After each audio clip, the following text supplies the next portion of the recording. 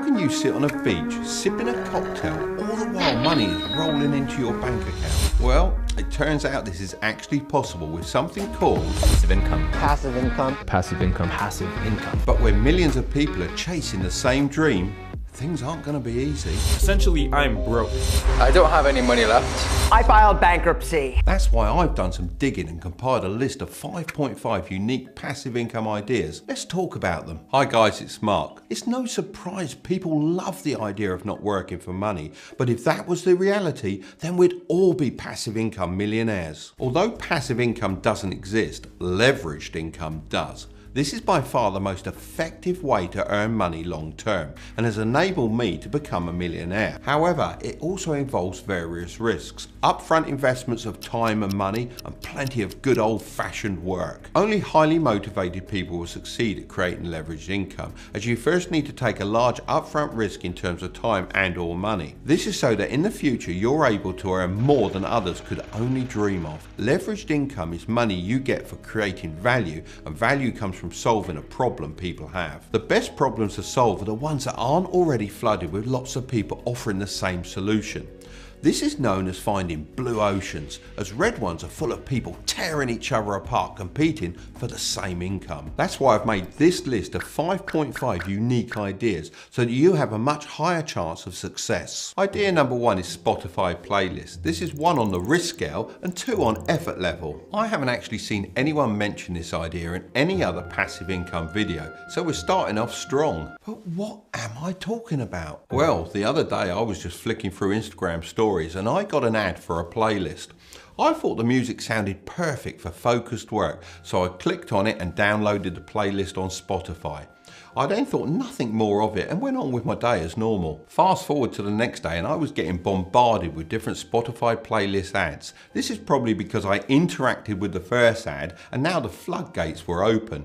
However, I then realised the ads weren't being run by Spotify themselves. It was all individual people. So that got me thinking, if people are prepared to spend money running ads, then they must be making a profit from owning these playlists. So I did a bit of digging and it turns out I was correct. This is a great way to make leveraged income, especially if you don't have a lot of money to begin with. You just need to spend time putting together a solid playlist in a specific genre, gain followers, and figure out a way to make money from it. There seems to be 2 main ways of doing this. I prefer the second, but you may think differently. The first way is to charge up-and-coming artists a fee for getting featured on your playlist.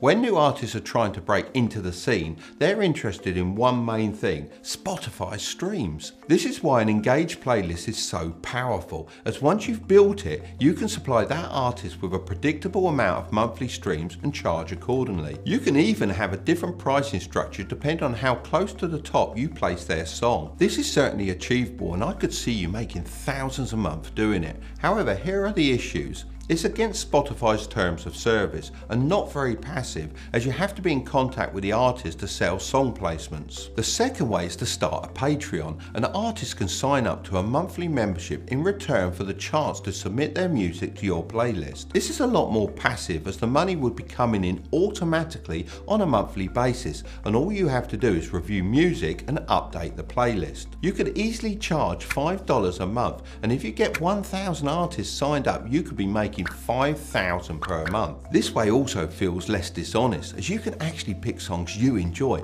rather than taking money to put bad music on your playlist. The best thing of all is that you can replicate the process as many times as you like and build playlists in lots of different genres. Idea number 2 is actually called Merch by Amazon. This is 1 on the risk scale and 3 on effort level. One of my friends is a reasonable digital artist and has been working on many different designs for years. He thought a good way to turn those designs into profit would be to sell printed t-shirts, so he had thousands printed, but unfortunately none of them sold. This was until he took a trip to Germany and displayed his t-shirts at an event. One of the designs started selling like crazy. Unfortunately, he only had a limited supply available and was unable to meet the demand, as he had already invested all his money into the stock that wasn't selling. If only he'd known about Merch by Amazon, as he would have saved money up front and tested the market a lot faster. Merch by Amazon Amazon is an on-demand t-shirt printing service. It allows sellers to create and list t-shirt designs on Amazon for free. There are no upfront costs and you get paid royalties when a customer buys your shirt. All you need to do is upload your designs, choose the colours and set a price.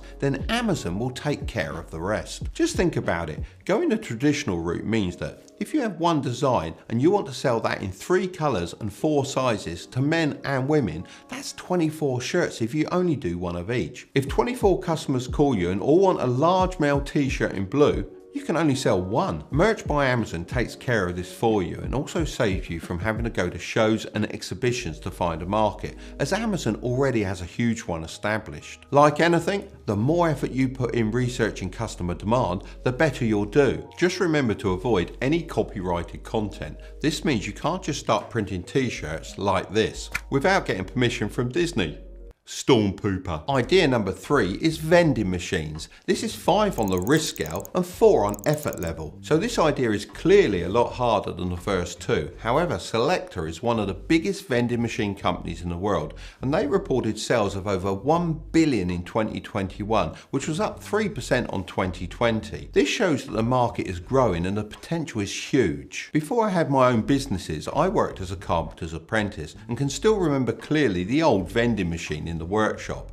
It cost me 10 cents for a cup of coffee, a bargain. It was such a good price that the machine was actually losing my boss money. So he had a bit of a predicament on his hands. The income wasn't high enough to cover maintenance costs, the machine took time to refill, and he couldn't raise the prices as the machine was so old and no one would have paid the extra. He was considering not having a vending machine, but he knew it was important for us to have hot drinks nearby. That's when a young guy, he couldn't have been much older than me, walked into the warehouse and offered my boss a deal he just couldn't turn down. He offered to install 3 new vending machines in the workshop and promised to take care of all maintenance issues and restocking, as well as giving him a 15% cut of the revenue. So not only could my boss please his staff, he would also make a nice profit. The new machines were a hit and could justify charging higher prices because of the better quality. The guy who installed the machines later revealed that we were his first customers, and now he has a huge business with machines throughout the state,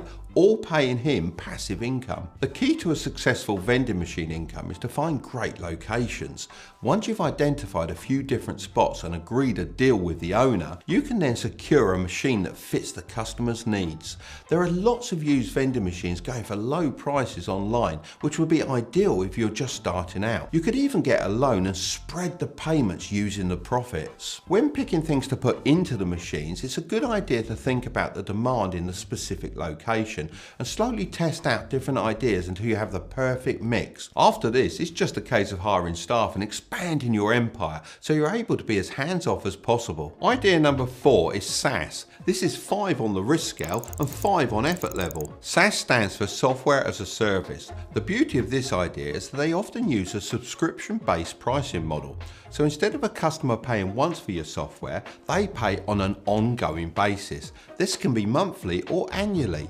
This is great as it gives you a predictable leveraged income each and every month and the opportunity for explosive non-linear growth. My best friend decided to go down the SaaS route at the exact time I started selling physical products. He specialised in software that handled data for large membership organisations. These clients would have 100,000 plus members, so keeping track of all that data was an issue for them. At first, he decided to sell his software as a one-time purchase. However, he always had to search for new customers.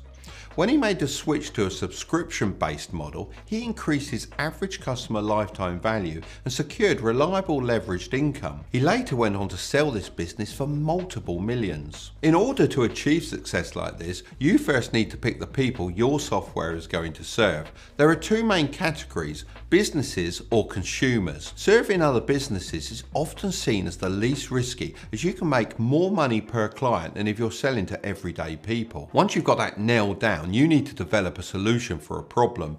In my friend's case, it was membership organisations getting overwhelmed by their own data. Everything up until this point has been built upon assumptions, so this is when you need to put those to the test and build a minimum viable product, also known as an MVP. With this, you'll be able to conduct market research and explore different pricing models, all the while you're establishing your brand. Now comes the hard question: how do you actually finance this thing?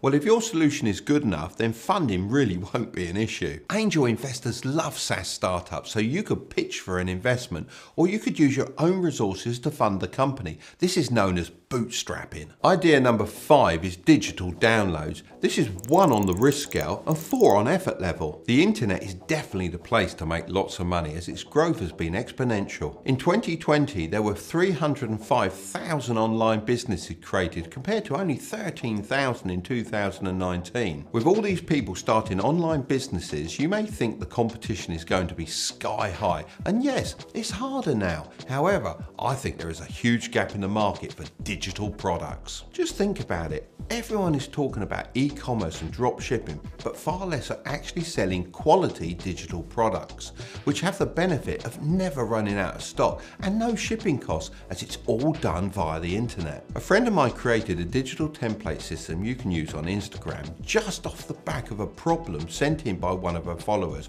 who wanted to stand out. Within a couple of hours and no more than $100, the templates were designed, and she now sells thousands of dollars worth every week. This all came from helping another person with their problem, and she thought that if this person needs these templates, then others would too. If Instagram templates aren't for you, then you can make YouTube banners, sell stock footage, ebooks, games, email templates, or even online courses. Idea number 5.5 is investments. This is variable on the risk scale and a 1 on effort level. Now I hold my hands up, this isn't exactly unique, but I couldn't leave it out, as it's the truest form of passive income you will ever get. I've been investing in different assets for years, such as stocks, crypto and real estate. I like to see this as a way of really multiplying my money. I don't go for crazy profits, as that can often lead to people losing everything.